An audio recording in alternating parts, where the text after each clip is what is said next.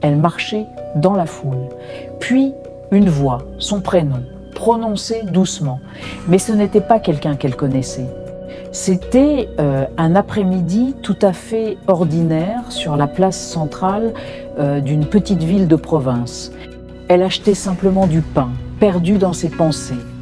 Et soudain, juste derrière elle, un souffle clair, une voix si calme, presque familière. Elle s'est retournée, le cœur battant. Mais personne ne la regardait. Personne ne semblait même avoir parlé. C'était comme si le nom avait flotté dans les airs. Pour elle seule, elle a continué son chemin, le pas un peu plus rapide. En rentrant chez elle, elle a secoué la tête. La fatigue, sans doute, une hallucination auditive, ça arrive. Mais le lendemain, ça a recommencé. Cette fois, c'était dans la file de la boulangerie. La même voix, encore plus proche, claire, tu oublies toujours ton parapluie. Un frisson a parcouru son dos. Personne dans cette boutique ne connaissait son prénom. Et pourtant, la phrase était exacte. Son parapluie était bien resté à la maison alors que le ciel se couvrait. Elle a commencé à devenir paranoïaque.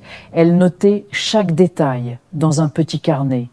Qui était près d'elle quand la voix se manifestait? Qui parlait au même moment? Mais rien, aucune correspondance. Les jours passaient et la voix devenait plus intime, plus précise. Puis un soir, alors qu'elle rentrait chez elle après une longue journée, elle l'a entendue juste devant sa porte d'entrée. « Bonne nuit, Claire ». La voix venait de l'intérieur de sa propre maison.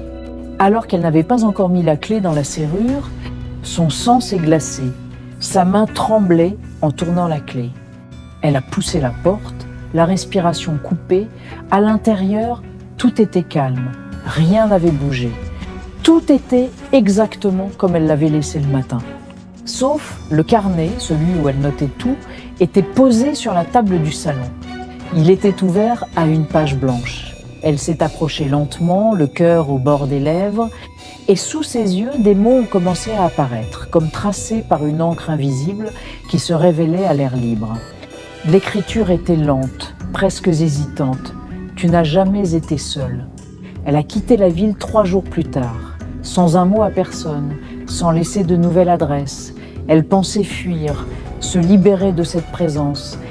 Mais chaque mois, une lettre arrivait chez son ancien voisin qui la lui faisait suivre. Une simple enveloppe blanche.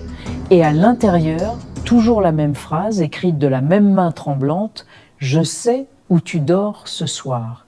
Et la signature, c'était son propre nom, Claire. Parfois, ce n'est pas la voix qui vous suit, c'est votre nom que quelqu'un refuse de laisser mourir.